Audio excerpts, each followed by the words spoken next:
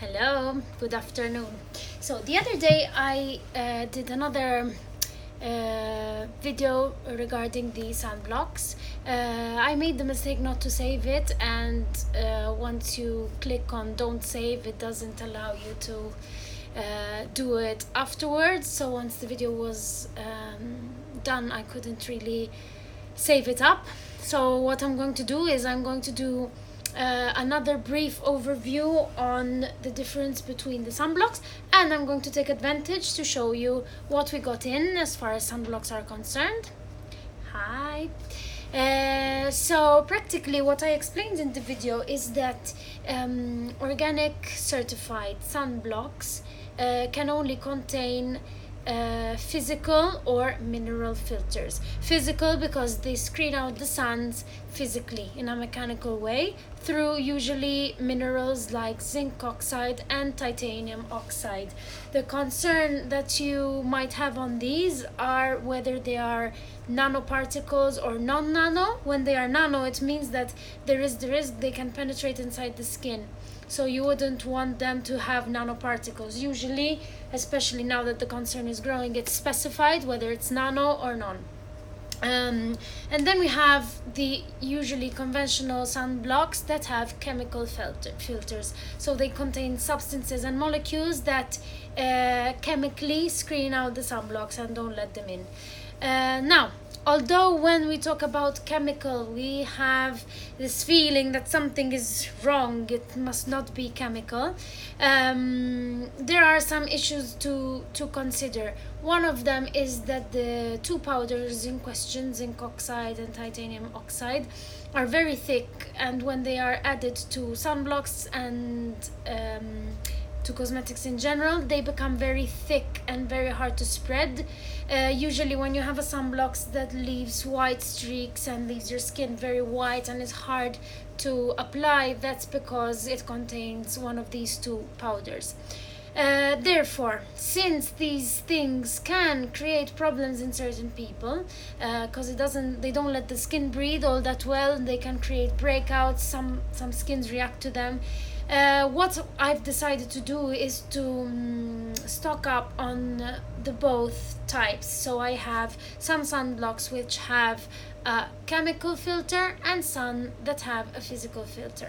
Now, the reason for this is, as I was saying the other day, is that people who have problems with mineral filters / physical filters will be put off by an organic sunblock or an organic cosmetic, and will be forced, if they want to have an organic sunblock, ciao Vale, they will be forced to go back to a conventional cosmetic.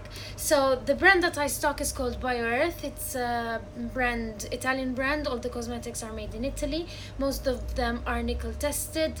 The people behind the company are fantastic. I have met them personally. Very caring, very concerned, very aware, very prepared. And therefore I have decided to give an alternative to people who would like a decent sunblock, therefore with an organic formulation but with a chemical filter, because they find it impossible or very difficult to use a sunblock with physical filters. Hi! Thank you for following. Therefore, I have the range of cosmetics just here next to me. I'm going to quickly show you what we got, and I will specify what they are. What you have to keep in mind is that if they contain chemical filters, they will not be certified organic. But on the whole, the formulation can be natural with an addition of a chemical filter, which is the case right now with this brand that I have. The main issue is not that the chemical filter is harmful on the skin. Mainly the problem is that obviously when these chemicals go in the environment, they can create problems. It's waste and it can be toxic, and I see that. At the same time, as I said before, these people are going to buy a conventional product which contains many more chemicals than what we're offering right now. So this is sort of a compromise, and it's a choice that I have decided to explain already in the last video, and I'm doing it again just for those who have missed it. Therefore, I'm starting from the skin line, from the face line, sorry. We have the 15 SPF. This is chemical filter, okay? The face is the most problematic area on which to apply sunblock. It's the area that breaks out more easily, that needs to breathe more. It's not as thick, the skin is not as thick as the skin on the rest of the body. The same is available with a 30 SPF and a 50 plus. This one, I have it on the shelf, but I also have it in a slightly tinted, glittery version, so it can act as a BB cream, let's say. Then there is a new line, which they just formulated recently, which contains reishi, mushroom, and aloe. And the range is called Sun and City. And this comes in different kinds. So this is the 30 SPF. Then we have the 50. This one also screens out infrared rays, not only UVA, UVB, as you can see. Then there is the 50 anti-pollution. This is the one, and it also contains protection from infrared rays. And then there is the color corrector, therefore this is a slightly tinted version of the one before, and it contains the infrared, UVA and UVB rays. These, as I said, contain also an anti-pollution filter and also filters from blue rays, therefore screens, light coming from the screens. It's a very interesting and new study that Sabrina has done on the effect of agents in the atmosphere and from the screens that we are constantly exposed to. I know that you see them wrong way around. I have no solution for it, I'm sorry. Then what we have is body creams, okay? 15 SPF, chemical filter. 30, always chemical filter. 50, and the same version but water resistant, okay? This one needs to be applied less frequently, we can say, so could be a good alternative. You would actually end up using less. Then we have a sun oil. In the oil especially, you can only use a chemical filter because otherwise it would become very thick and hard to spread. Therefore oil, natural oil with chemical filter. And then we have two sprays, makes it a bit easier to apply, with 6 and 50 SPF, okay? All of the ones you have seen for now are fragrance free, so they are safe to be applied even on kids. Now let me do this just for knowledge. We have a self-tanning lotion, which I thought was interesting. This doesn't contain any filter, so as you can see, it's certified organic. Protective hair oil. This is interesting, actually. Wait, I need to get one more.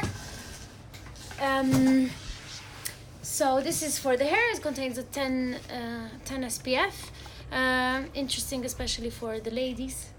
And then we have a sun cream, which is highly covering. It's small format for tattoos, moles for example, or scars where you need a higher protection on the very small areas. Small area. Yes, they do come packaged in plastic for now. Our supplier does not make anything in tins for now. What they're doing is, on the new ranges, they are removing the boxes for now. So this is going to be the next step, but nothing in metal for now. Then we have the organic ones, okay? These are the two that we have had till now. They both contain monoi oil, they are both fragrance free, and they contain the zinc oxide. So the variety of the products that we have is quite broad. The decision is obviously up to you. I want to be clear and transparent about what we are offering and why sometimes we have to make decisions that go, I'm not saying against, but Malons, cosa segui che non lo usi il solare? So we have to go against the organic claim, but I really want people to be aware of what they are buying. So this is the reason why I have done this video, and I hope that it is useful. As I said last time, I am available to explain whatever I can, actually, and if you need samples, I have actually of most of the products. Therefore, if you want to see if the physical filter works on your skin or doesn't, and you want to try it first, just pop by the shop, and we will give you a sample of the creams. I hope you have a good weekend. Enjoy the sun, wear sunscreen, and have a nice day and weekend. Bye.